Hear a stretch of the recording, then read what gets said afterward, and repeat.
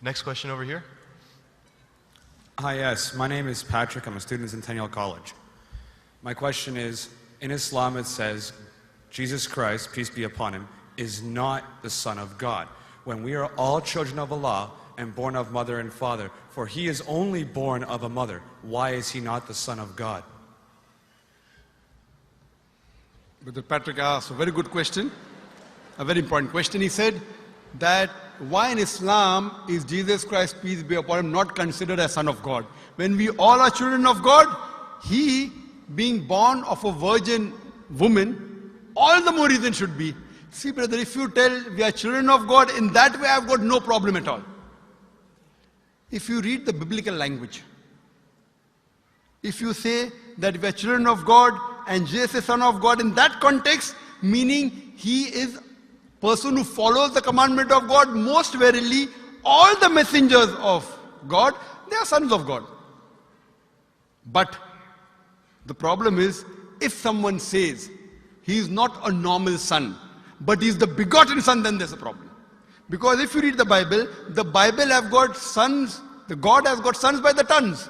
If you read the Bible, Adam is son of God, Ephraim is son of God, Israel is son of God. It's mentioned in the book of Romans, chapter number 8.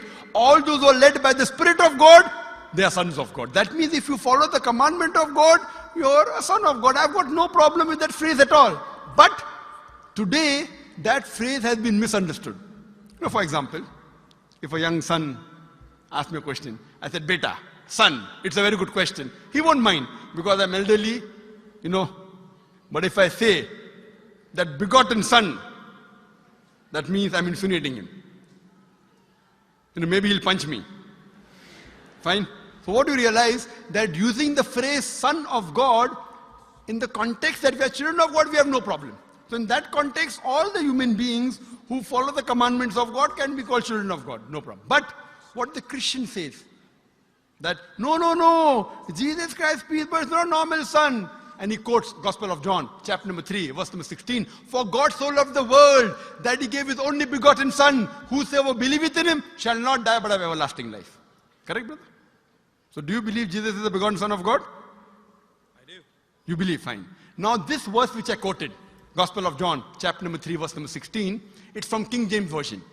For God so loved the world that he gave his only begotten son. Whosoever believeth in him shall not die but have everlasting life. Now when you read the Revised Standard Version of the Bible, revised by Thaidu scholars, Christian scholars of the highest eminence, backed by 50 different cooperating Christian denominations, they say that this word begotten is an interpolation, it's a fabrication, it's a concoction, it's an adulteration. Who's saying? Not Muslims, not Hindus.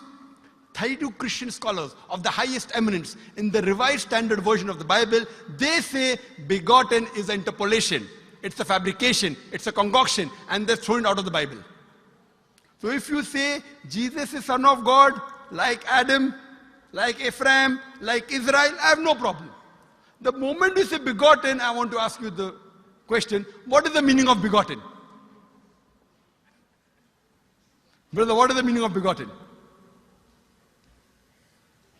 You know, begetting is an animal act. It's the function of lower animals of sex. And when you say that he was born to Mother Mary, virgin, what are you insinuating? And if you say, because Jesus Christ, peace be upon him, is God or Son of God, because he was born to Mother Mary, Quran gives the reply in Surah Imran, chapter number 3, verse number 59. Inna masala Isa indallahi ka masala Adam. Khalaqa min turab. That when they say the similitude of Jesus in front of Allah is the same as Adam. They were born from dust and said, be and it was. If you say that Jesus Christ is God because he had no father and only mother, then Adam, peace be upon him, is a greater God. He had no mother and no father according to the Bible. MashaAllah, you're clapping. I like it. So if you say Jesus is God because he had no father, only mother, Adam is a greater God, peace be upon him. He had no mother, he had no father. I never referred to him as a God, but Son of God. That's right. Fine. So Adam is a bigger son of God. Right or wrong? By your definition, Adam would be a god, for he has no mother nor no father. Not my definition, not my definition. By the definition of the Christian missionaries. By my definition, he is a messenger of God. Because God cannot beget. I told you in my talk. Lam yalid wa lam yulad. He begets not, nor is he begotten. The moment God begets, he is not God. Son of God meaning pious person, I agree. That's the reason Allah subhanahu wa ta'ala in the Quran, in 99 attributes, he has missed out Ab, father. Why? It's a good attribute, but Allah did not mention Ab meaning father because people started having wrong meaning of the word father. So he used a more difficult word Rab, but did not use Ab. Logically it's fine, but Almighty Allah subhanahu wa ta'ala purposely did not use the attribute Ab in the Quran because people will misunderstand. That's the reason English-wise, saying Jesus is the Son of God, meaning messenger of God, I'm with you. But the moment you say begotten Son, I have objection. So you say Jesus is a messenger of God, I say peace be upon him after his name. So I respect Jesus Christ, peace be upon him, more than you, Brother Patrick. Because when I take his name, I have to say peace be upon him. If I do not say that, I'm wrong. So I love Jesus Christ, peace be upon him, more than you. I follow his teaching more than you. And if you want, I can prove it to you. That's a different argument, not for tonight. Sorry? That's a different argument and not for tonight. Okay, fine. I'll give you a few things. Jesus Christ, peace be upon him. Fine? If you read the Bible, he was circumcised on the 8th day. Fine? Majority of all the Muslims are circumcised, the Christians aren't. So if you say Christian means a person who follows the teachings of Jesus Christ, peace be upon him, then it's mentioned in the book of Leviticus, chapter number 11, verse number 7 to 8. It's mentioned in the book of Deuteronomy, chapter number 14, verse number 8, you should not have pork. It's mentioned in the book of Isaiah, chapter 65, verse number 2 to 5, should not have pork. Muslims don't have pork, most of the Christians have pork. If you read the book of Ephesians, chapter number 5, verse number 18, in the book of Proverbs, chapter number 20, verse number 1, it says you should not have alcohol. Muslims as a whole don't have alcohol, most of the Christians have alcohol. If you say Christian means a person who follows the teachings of Jesus Christ, peace be upon him, we Muslims are more Christian than the Christians themselves. We love him. We respect him. If you say, I love Jesus Christ, peace be upon him, but don't follow his teachings, your love is false.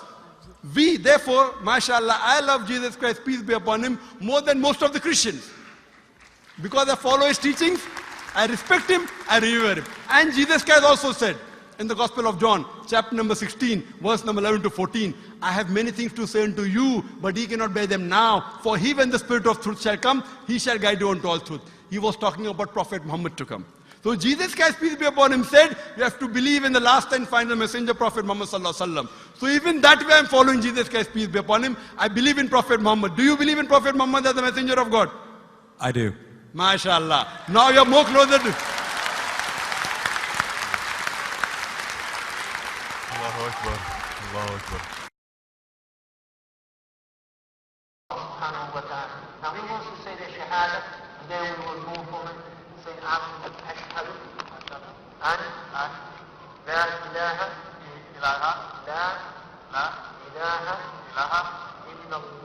illallah wa ashhad an Muhammad Rasulullah. Allah. I'm more excited than him. Allahu Akbar. Allahu Akbar. Allahu Akbar. Allahu Akbar. Allahu Akbar. Welcome your brothers and your families. Welcome in. Showing you Islam. Showing you what God says.